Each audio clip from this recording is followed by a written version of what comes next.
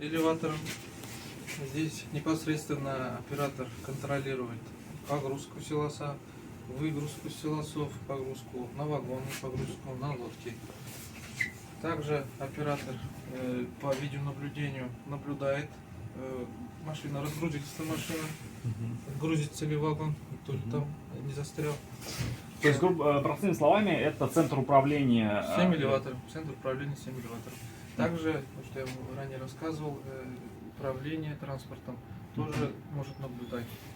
Оператор наблюдает, на каких весах какая машина стоит и на какой автоприем пойдет. И на вес, какой силос уже выгрузится. Вес он не знает. Не знает, а что внутри этой машины он знает? Он знает, лаборатория сама уже назначает, да, поэтому у него информация, номер машины и на какой силос направляется.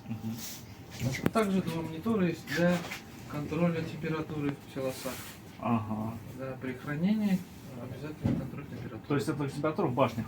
В каждой банке 13 датчиков есть. Они снизу доверху.